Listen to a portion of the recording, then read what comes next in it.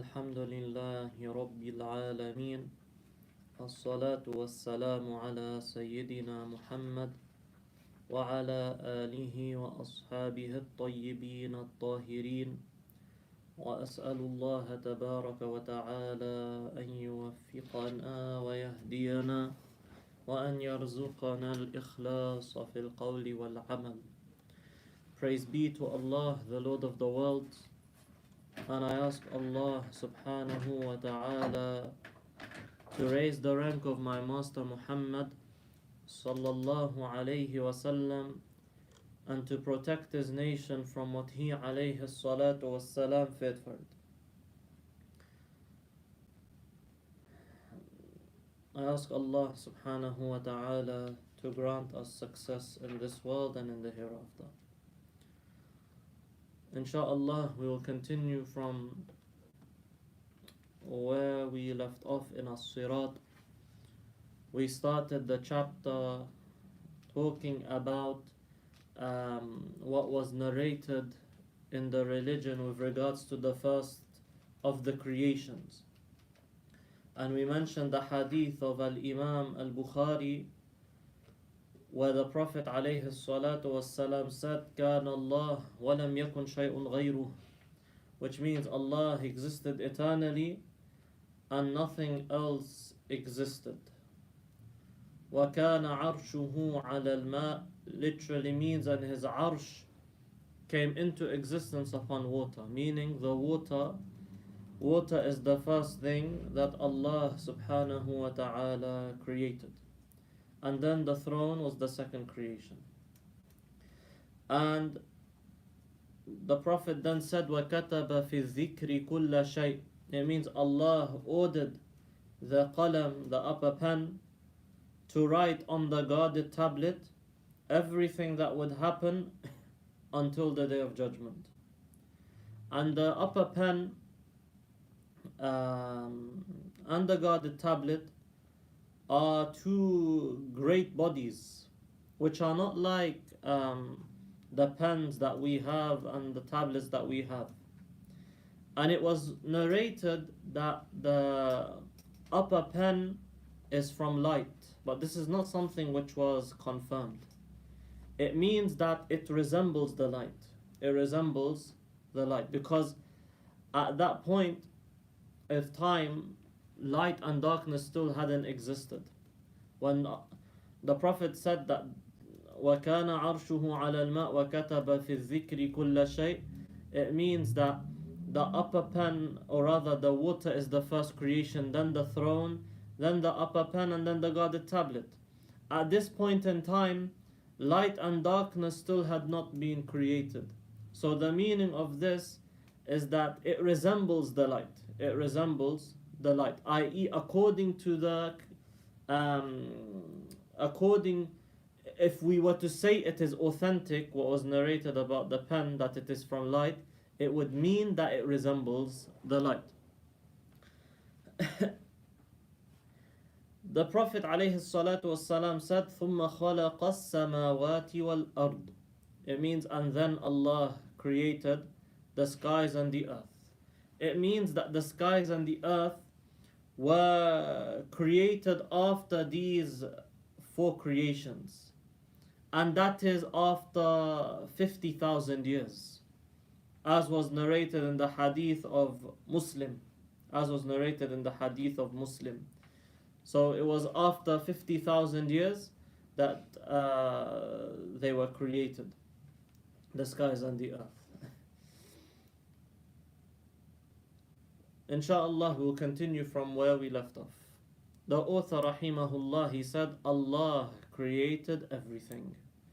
The belief of the Muslims is that Allah, God, created everything, i.e.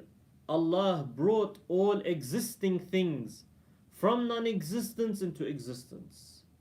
Allah subhanahu wa ta'ala, He is the one who brought all the creations from the state of non-existence, from the state of not having existed, into the state of existence. And this is the meaning of create when we say Allah creates, i.e. Allah brings things from non-existence into existence. And this meaning is only applicable to Allah subhanahu wa ta'ala, i.e. this word create in this meaning can only be used with regards to Allah subhanahu wa ta'ala. And Allah is Al-Hayy, i.e. the one who is eternally alive. Allah is Hayy, i.e. eternally alive and does not die. Because Allah is the one who has no end to his existence, i.e. he is everlasting. Hence, non-existence does not apply to Allah. Had Allah subhanahu wa ta'ala come into existence after non-existence, it would be impossible for him to be attributed with eternity, i.e. existing without a beginning. So Allah subhanahu wa ta'ala, he exists, and there is no beginning to the existence of God, and there is no end. Because if one was to claim that the existence of Allah has a beginning, then it would mean that Allah is in need of the one who specified him with this beginning, and that would mean that Allah is weak. And if someone says Allah comes to an end, then it would mean, according to them, that Allah is in need of the one who specified him with this end, and this would entail weakness. So Allah subhanahu wa ta'ala, he is not attributed with having a beginning, nor is he attributed with having an end. Because had it been possible, had it been the case that Allah Ta'ala came into existence after non-existence, it would have been impossible that he would be attributed with eternity, i.e. existing without a beginning. Because according to this claim, they're saying that Allah existed after not existing. And according to that, then it means Allah is a creation and not the creator, which is kufr, blasphemy. And the judgment of the one who says Allah created the creation, so who created Allah is definitely kufr. The one who says who created God, this is a blasphemous statement, because this would mean that according to this person, the one who says who created God, it means he believes that Allah is a creation. When someone says who created God, then it would mean he believes that Allah is created, but he just wants to know who, which is kufr to say. So the one who says Allah created the creation, so who created Allah, is definitely kufr. This is because this person would have ascribed to Allah non-existence prior to existence. Something which is only said about the hawadith, i.e. that which exists after non-existence. In other words, by a person saying who created Allah, it is as though this person said, Allah is created and I want to know who created him, which is kufr, blasphemy. And the shaitan, sometimes he whispers such kufr questions, such blasphemous questions to a person. And sometimes bad thoughts might occur to a person involuntarily. And in both cases, one is not accountable for them as long as he doesn't have a doubt or he doesn't believe that Allah Ta'ala is created. Sometimes the devil throws thoughts. The devil says, who created Allah? Who created Allah? In your belief, Allah is not created. You, the Muslim, believes Allah is not created. So in such a situation, a person, he rejects them. Thereafter, the believer, due to the belief in his heart, the correct belief in his heart, he automatically rejects such evil thoughts and kufr questions. The Prophet ﷺ said in the hadith narrated by Al-Imam Muslim in his Sahih through the route of Abu Hurairah. The Prophet ﷺ said in this hadith narrated by Muslim through the route of Abu Hurairah, لا يزال الناس يتساءلون حتى يقال هذا خلق الله الخلق فمن خلق الله فمن وجد من ذلك فليقل آمنت بالله ورسله. The Prophet ﷺ, he mentioned in the hadith that some people, they sometimes get these thoughts. Sometimes they get these involuntary thoughts, or the devil, he throws these involuntary thoughts at him. He says to him, Allah created the creation, so who created Allah? Allah, we know the Muslim doesn't believe Allah is created, and he doesn't accept this question, he doesn't accept this belief. He believes Allah is not created. The Prophet ﷺ said, فَمَنْ وَجَدَ مِنْ ذَلِكَ فَلْيَقُلْ آمَنْتُ بِاللَّهِ وَرُسُلِهِ. It means the one who finds himself saying that, or rather the one who finds that in himself that is being said, he's getting these thoughts, then let him say, آمَنْتُ بِاللَّهِ وَرُسُلِهِ. It means I believe in Allah and His messengers. آمَنْتُ بِاللَّهِ وَرُسُلِهِ. Or you can say آمَنْتُ بِاللَّهِ وَبِرُسُلِهِ. It's fine. Whether you say آمَنْتُ بِاللَّهِ وَرُسُلِهِ or آمَنْتُ بِاللَّهِ وَبِرُسُلِهِ, in both cases it is fine. In both cases it benefits a person, it occupies a person from these thoughts, and this would be a cure for these bad thoughts that come to a person.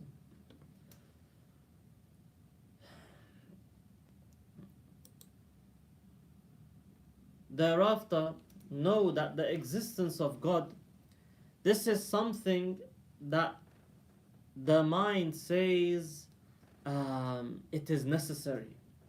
The mind says it is necessary that this world would have a creator. The sound mind does not accept the non-existence of Allah. We say that a book must have an author, and a building must have a builder.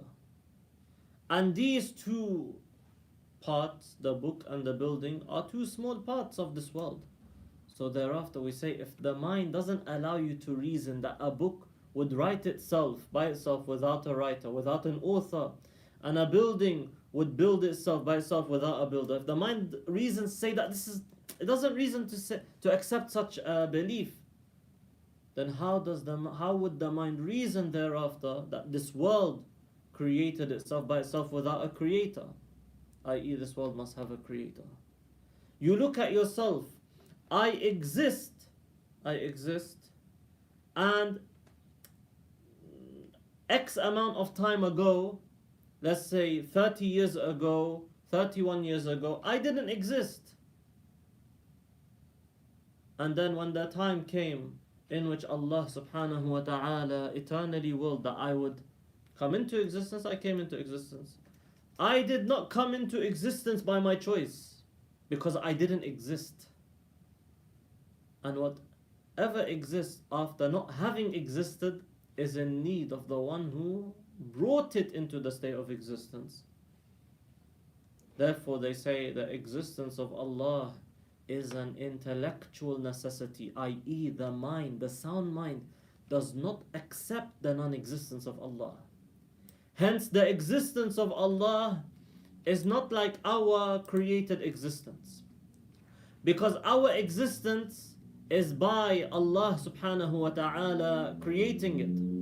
Everything other than Allah, its existence is an intellectual possibility, i.e. it is intellectually possible in the mind. The mind says it is intellectually possible for it to exist after not existing, and for it to cease to exist after existing. We, the creations, we are intellectual possibilities, i.e. the mind accepts, the sound mind accepts our existence after non-existence, and it also accepts that we would cease to exist after existing. That's why we say about the creations, they are intellectual possibilities. They are intellectual possibilities. And from here, the author rahimahullah carried on to talk about existence in a bit more detail. That the existing things are of three types. So he said, know that the existing things are of three types. The first is that which is eternal and everlasting, and that is Allah only. I.e., there is no beginning or end to the existence of Allah subhanahu wa ta'ala. Allah existed eternally without a beginning, everlastingly without an end. And He is the only one. Allah is the only one. God is the only one who exists without a beginning and without an end to His existence subhanahu wa ta'ala. All other creations have a all the creations have a beginning to their existence. All the creations have a beginning to their existence. And that is the definition of creation. When we say something is created, it means it didn't exist and then it came into existence. So by definition, the creation has a beginning to its existence. As for Allah, He has no beginning and He has no end to His existence. And Abu Hanifa radiyallahu anhu, the great scholar, the great Imam, when he was asked about Allah subhanahu wa ta'ala, he said, كَانَ كَمَا هُوَ وَيَكُونُ عَلَى مَا كَانَ. That means Allah existed eternally and everlastingly He does not change subhanahu wa ta'ala. When he said كَانَ كَمَا هُوَ, in this part of this statement, it means that Allah subhanahu wa ta'ala is eternal.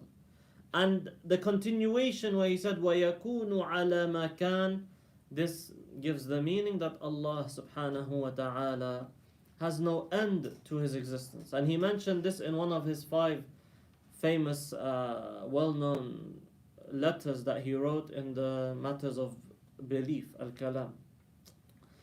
So in this statement, there is a proof that there is no beginning to the existence of God, and there is no end to the existence of God. There is no end to the existence of Allah subhanahu wa ta'ala. And the philosophers, they some people who were affected by philosophy, some of the philosophers, they said things which the mind doesn't accept, which the mind deems as irrational and invalid. So they said about certain creations that they have no beginning to their existence, wal-'iyadhu billah. And by that they would have associated partners to Allah, to God, in the attribute of eternity, existing without a beginning. And it's blasphemy. It is blasphemy. That's why the Shaykh said, the judgment upon the one who says that there is something other than Allah which exists without a beginning, that is kufr, without a doubt. This is why the philosophers committed blasphemy by their absurd belief that the universe is eternal without a beginning. This is because eternal existence without a beginning, al-azaliyah, is not possible for other than Allah subhanahu wa ta'ala.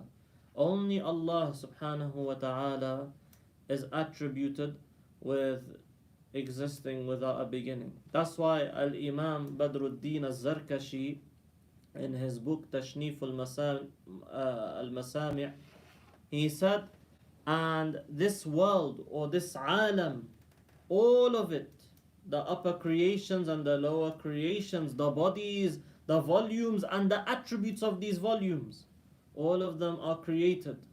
All of them are created. He said, and the ones who went against this, are the philosophers. From amongst them was Al-Farabi and Ibn Sina.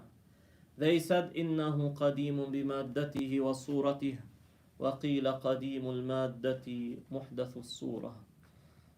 He mentioned that, Imam Badruddin al-Zarkashi, he mentioned that some of the philosophers said that this world is eternal in kind and in elements, and some of them said it is only eternal in kind, created in elements. But whoever says about any creation, even if they say about one creation that it exists without a beginning, he wouldn't be a believer.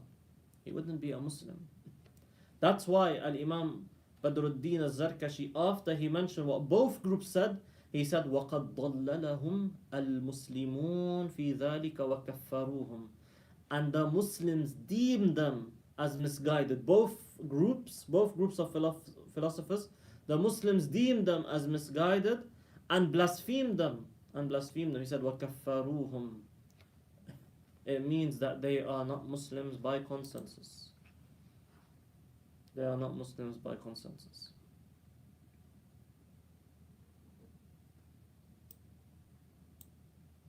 To give just a quick example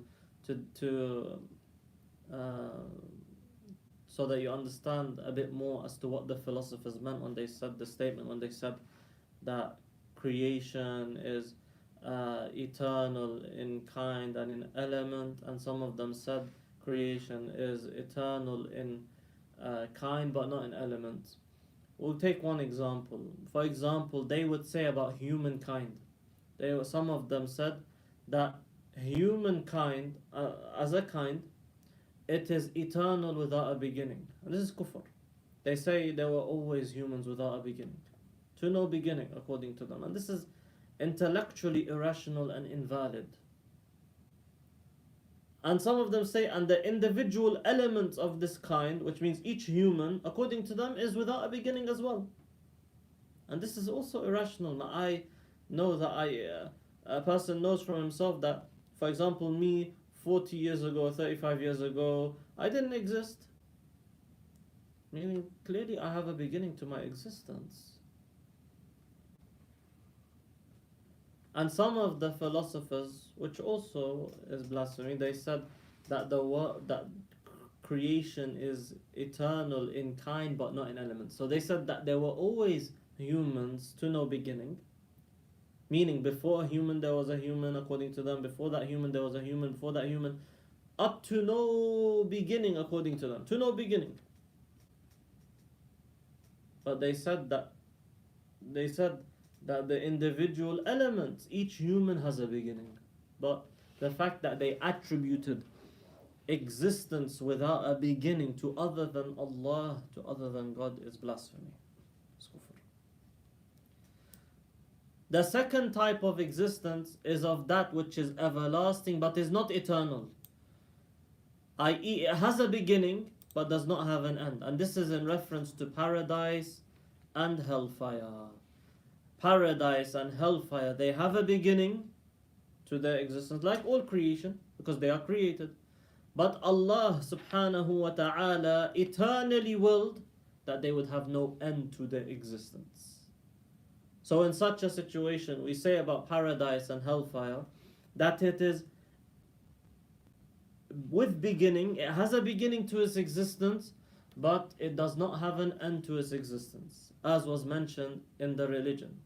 In the Quran, by the Prophet ﷺ, we were taught that that paradise has no end to its existence and hellfire has no end to its existence. Allah said about hellfire, خَالِدِينَ فِيهَا أَبَدًا. This verse proves that the non-Muslims would be in hellfire forever. This doesn't mean that the everlastingness of paradise and hellfire is similar to when we say Allah is everlasting. Because the everlastingness of God, the fact that Allah is everlasting, this is not something that someone willed for God to be. Rather, Allah subhanahu wa ta'ala is everlasting. This is one of His attributes. As for paradise and hellfire, they are everlasting because Allah willed for them to be everlasting.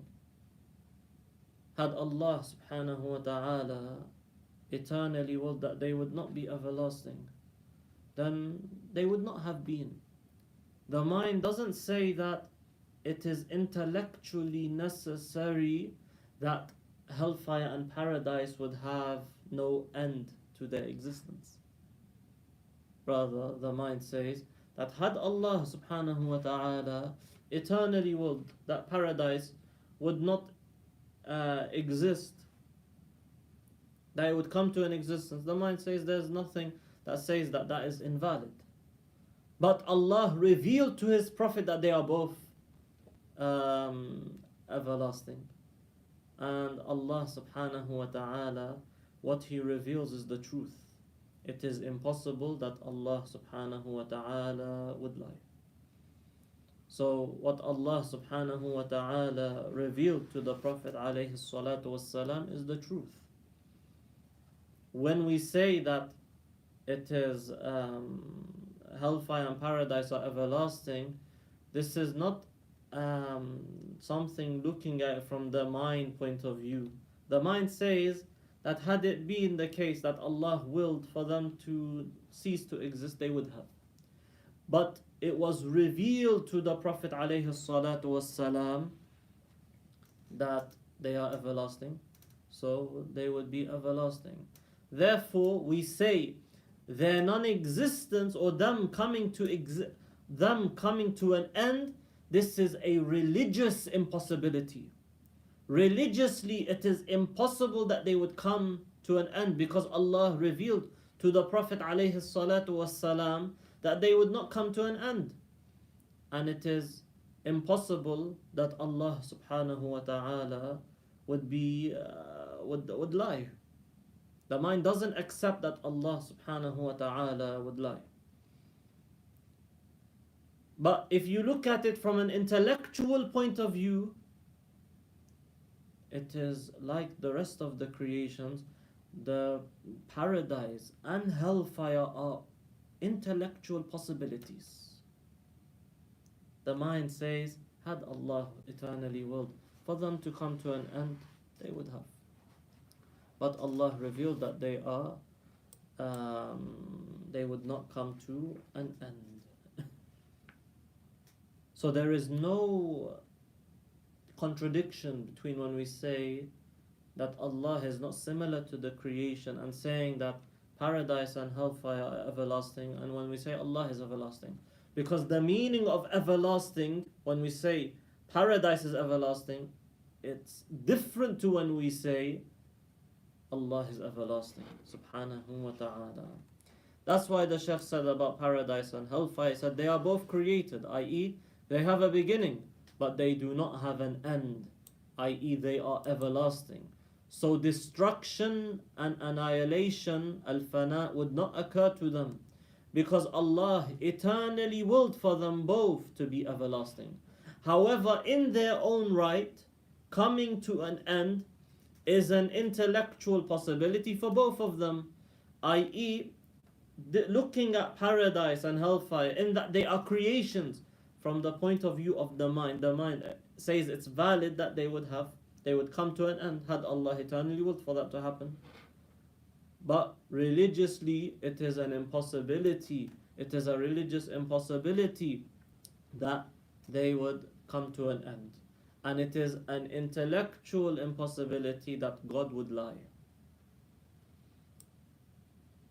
The third type of existence is that which is not eternal or everlasting, i.e. it has a beginning and it has an end. And this is in reference to all what is in this life, from the seven skies to the earth. The skies and the earth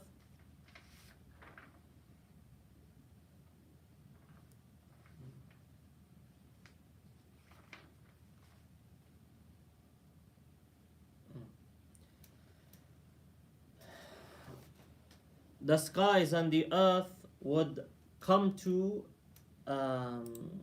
the skies and the earth will come to an end, and what is in them will also come to an end, be they human beings, jinn or angels. And this is the meaning of the surah in Al-Quran, كُلُّ مَنْ عَلَيْهَا فَانٍ, i.e. everyone who is on this earth would come to an end. And when we say that the humans come to an end, it means that their souls would have left their bodies. And as for everything that is in this earth and sky, ants, humans, jinn, and angels, animals, and others, they would come to an end, i.e., they would die. Some scholars, they said that some of the angels, they wouldn't die. Some of the angels, they, like the ones who hold the throne, they, when the angel blows into the horn, angel Israfil, they wouldn't die. But in general, we say that humans, the jinn, the angels, the animals, they would come to an end, as mentioned in the Quran. كل من عليها فان. كل من عليها فان. This is in Surah Ar-Rahman. So this ayah is a proof for that. The Shaykh rahimahullah, he says, and know that it has been the habit of the scholars to mention that the judgment of the sound mind is divided into three. We've covered this a little bit. I've just given some details before I went into this, and partly so that you would have heard it before, and now you take it in a bit more of a structured way.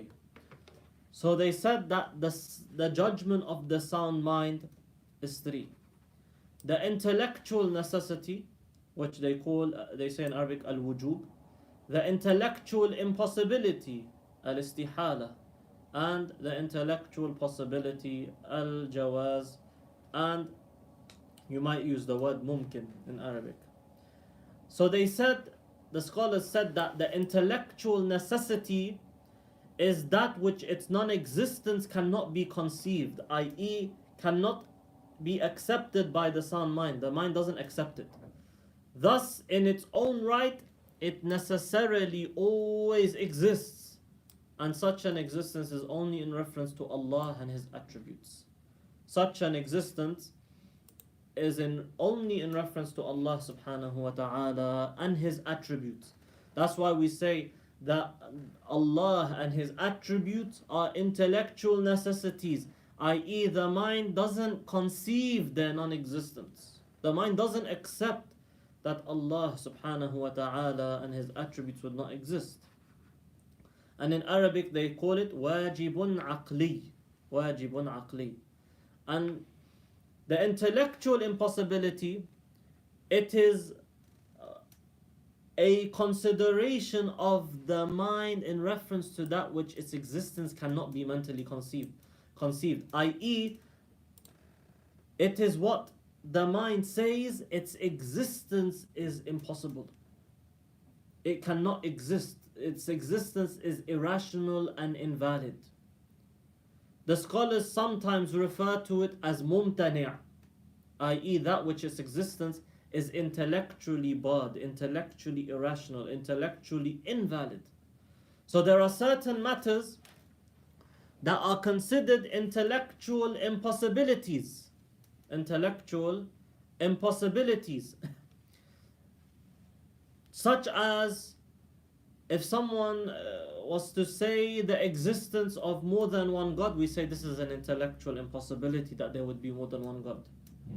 If someone says, for example, that Allah subhanahu wa ta'ala would be weak, we say this is an intellectual impossibility. The mind doesn't accept that God would be weak. Otherwise, how would God be God if He is weak? If someone was to say Allah subhanahu wa ta'ala would not exist, we say such a claim, this is an intellectual, it is intellectually impossible that God would not exist, subhanahu wa ta'ala. This is what intellectual impossibility means. It means that the mind doesn't accept its existence.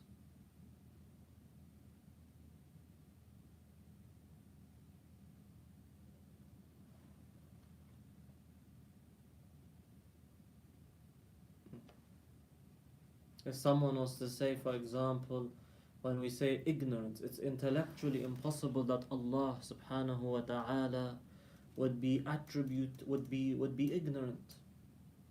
How would we say about how would a person say about God that he is ignorant and then say at the same time, I believe in God?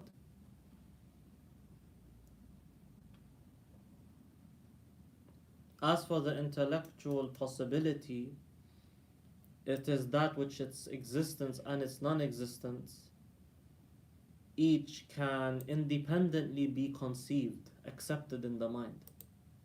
In other words, at one point in time, existence, and another point in time, its non-existence are mentally possible and mentally permissible. This is why the scholars, they say about Allah alone, they say He is wajibul wujud. They use this word, wajibul wujud. It means the one whose existence is an intellectual necessity. And non-existence or ceasing to exist, it is impossible that Allah subhanahu wa ta'ala would not exist. It is impossible in the mind.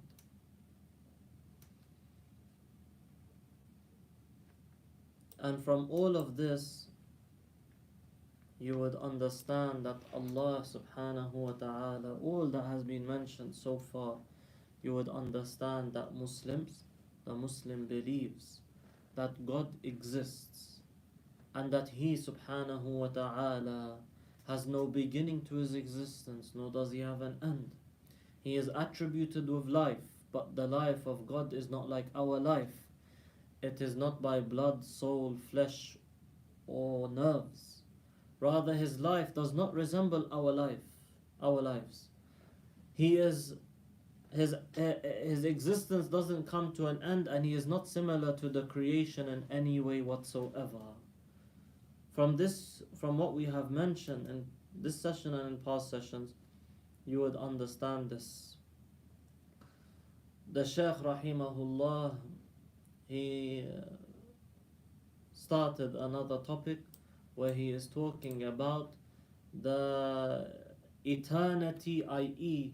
the fact that Allah subhanahu wa ta'ala, Him existing without a beginning, means that Allah subhanahu wa ta'ala, time does not lapse upon Him. Time does not lapse upon Allah subhanahu wa ta'ala. That's why we say the eternity of God is not based upon time. They say qidamullahi laysa zamaniyan. It means that, this statement means that time does not lapse upon Allah subhanahu wa ta'ala because time is created.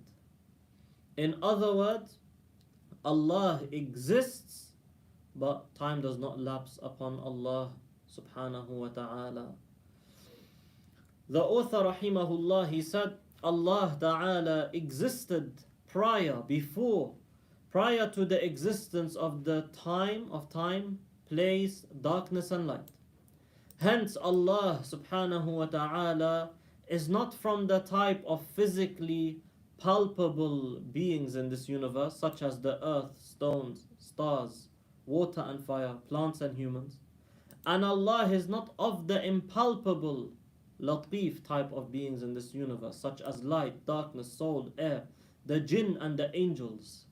So Allah subhanahu wa ta'ala, He is not a tangible, palpable body, i.e. a body which could be grasped with the hand, such as the rocks, the stones, the earth, the stars. And He is not an intangible body, such as the light, darkness, soul, i.e. the bodies which cannot be grasped with the hand, but we still call them bodies. Allah doesn't resemble this type of body, nor does He resemble that type of body, because Allah is not a body. Allah said in Al-Quran, لَيْسَ كَمِثْلِهِ شَيْءٍ لَيْسَ كَمِثْلِهِ شَيْءٍ وَهُوَ السَّمِيعُ الْبَصِيرُ. This verse, لَيْسَ كَمِثْلِهِ شَيْءٍ, this part of the verse, it means that Allah subhanahu wa ta'ala doesn't resemble His creations in any way whatsoever. Allah subhanahu wa ta'ala doesn't resemble His creations in any way whatsoever. meaning Allah subhanahu wa ta'ala is not a form, nor is He attributed with shapes or sizes. Rather, Allah subhanahu wa ta'ala is clear of all of that. This is because of Allah being unlike the hawadith, i.e., it is due to Allah being unlike any of the creation. So if it was said, but isn't Al-Latif from amongst the names of Allah? The answer is that the meaning of Al-Latif, when used as a name of Allah, is the one who is merciful to his slaves, i.e., or the one who cannot be conceived by the thoughts, and so he cannot be imagined, because whatever you imagine is a creation. So either we say Al-Latif, it means that Allah subhanahu wa ta'ala is merciful to his slaves, or it means the one who cannot be conceived by delusions, and so he cannot be imagined, because Allah is not an imagination. Whatever you imagine in your mind, that is not Allah. Whatever you imagine in your mind, this is not God. Rather, whatever you imagine in your mind is a creation. It started and it stops. What you imagine starts and stops. So how would what you imagine be Allah subhanahu wa ta'ala? That's the meaning of Al-Latif with regards to Allah. This is the meaning of Al-Latif with regards to Allah subhanahu wa ta'ala. The reason why the Shaykh rahimahullah mentioned this, because in Arabic we say Allah is not a palpable, tangible body, which in Arabic we say kathif, and He is not an intangible body, which we say jismun latif. We use the word latif. So if someone were to ask, what's the meaning of the name of Allah Al-Latif, then when it's used with regards to Allah, it means the one who is merciful to his slaves, or it means the one who is not conceived by the mind, i.e., Allah is not something that is imagined in the mind, because He's not an imagination. The Shaykh said, so Allah subhanahu wa ta'ala has no similar in His dhat, or in His sifat, or in His af'al, in His doings, i.e. creating. When they say af'al with regards to Allah, it means His creating. So Allah subhanahu wa ta'ala doesn't resemble His creations, not in the dhat, nor in the sifat, nor attributes, nor in the af'al. So the dhat of Allah does not resemble the selves of the creation. When we say Dhatullah, it means the reality of Allah. This is what that means. It's in reference to Haqiqatullah. And no one knows the reality of God except Allah. We know Allah by His attributes. We know Allah by knowing what is necessary to be amongst His attributes and what is impossible to be amongst His attributes. But no one knows the reality of God except God. And to that, a person stops. Because if a person goes beyond that and he starts to imagine things, in his mind, and comes to a conclusion and says, this is Allah, then he didn't worship Allah in reality. He didn't believe in Allah in reality. Rather, Al-Razi rahimahullah, he said the one who likens Allah to the creation, he is similar to the idol worshipper. Because the idol worshipper, he builds the idol with his own hands and then he worships it. As for this person who likened Allah to the creation, he imagines something in his mind and then he worships it. So the reality of God does not resemble the reality of the creations. Our realities is that we are bodies, and our bodies are attributed with movement, stillness, going upwards, going downwards, going left, going right, going left, going front, going back.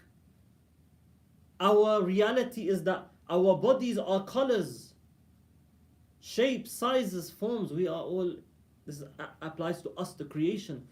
And the reality of God does not resemble the reality of the creations. Therefore, Allah is not a body, and He is not attributed with the attributes of bodies, from color, from smell, from senses, taste.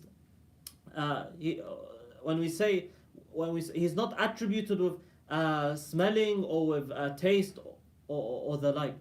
We say Allah subhanahu wa ta'ala is attributed with hearing, but the hearing of Allah is not like the hearing of the creation. Allah hears without an ear. Allah subhanahu wa ta'ala hears without an ear, without an instrument. His hearing is without a beginning, without an end. Allah sees without an eye, without an instrument. His seeing is, He sees with His eternal attribute of seeing, and He hears with His eternal attribute of hearing. Allah subhanahu wa ta'ala is not attributed with colors or smell, or the attribute of smelling or tasting. Allah is not attributed with having a form or a shape or a size. The reality of God does not resemble the reality of the creations. His attributes do not resemble the attributes of the creations. We say, yes, Allah is attributed with knowledge, but the knowledge of Allah is not like our knowledge. Our knowledge, it is with a beginning, without an end. Our knowledge changes. We learn things, we forget things. As for the knowledge of Allah, it is eternal, without a beginning, everlasting, without an end. It does not increase, nor does it decrease. It does not change. He knows absolutely everything, subhanahu wa ta'ala. This is because had Allah been similar to His creation in one way or another, such as having a size, motion, immobility or the like, then Allah would not have been the creator of those things. He would not have been the creator of those things. Rather, He would have been similar to them. In other words, if Allah was like the creation, then He would not be its creator. This is because in this case what applies to the creation would apply to Allah, which is impossible.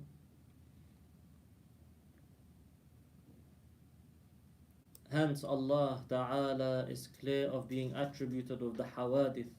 And likewise the attributes of Allah are eternal. They are without a beginning. And due to the importance of clarifying this subject matter, Al-Imam Abu Hanifa radiyallahu anhu, he said, من قال بحدوث صفات الله أو شك أو توقف فهو كافر. He said, this means the one who says that the attributes of Allah are created, or doubts about that, he has an actual doubt, are they created or not? Or he stops to take a neutral stance about this issue. I.e., he said, I'm not saying they are without a beginning, but I don't also say I don't believe that they are without a... He is saying, I don't believe this person, he might, if a person says about the attributes of Allah, I don't believe that they are with a beginning, but I don't believe as well that they are without a beginning. This is kufr, blasphemy. Abu Hanifa, he said, فَهُوَ كَافِرٌ, then he would be a non-Muslim. This was mentioned by Al-Imam Abu Hanifa in his book Al-Fiqh Al-Akbar. In other words, the one who says about the attributes of Allah, they might be eternal without a beginning, or they might have a beginning, or he says, I do not say about them that they are eternal without a beginning, nor do I say that they are not eternal, then such a person is not a Muslim. Rather, the Muslim says the attributes of Allah are without a beginning. And Al-Imam will mention the statement and will end. And Al-Imam Abu Ja'far Al-Tahawi, he said, وَمَنْ وَصَفَ اللَّهِ بِمَعْنًا مِنْ مَعَانِ الْبَشَرِ فَقَدْ كَفَرْ. It means, and the one who attributes to Allah any of the attributes of the human beings has committed kufr. Al-Imam Abu Ja'far Al-Tahawi, he was amongst the Salaf. He was in the first 3 centuries, which the Prophet ﷺ praised to be generally better than those who came after. And he said, whoever attributes to Allah an attribute of the human beings, then this is blasphemy. And the attributes of the human beings are many. Whoever attributes Allah with sitting, or movement, or stillness, or body parts such as hands, or feet, or eyes, or shins, or ears, or a mouth, or a tongue, or eyebrows, or eyelashes, then this person didn't worship Allah subhanahu wa ta'ala. He didn't believe in Allah.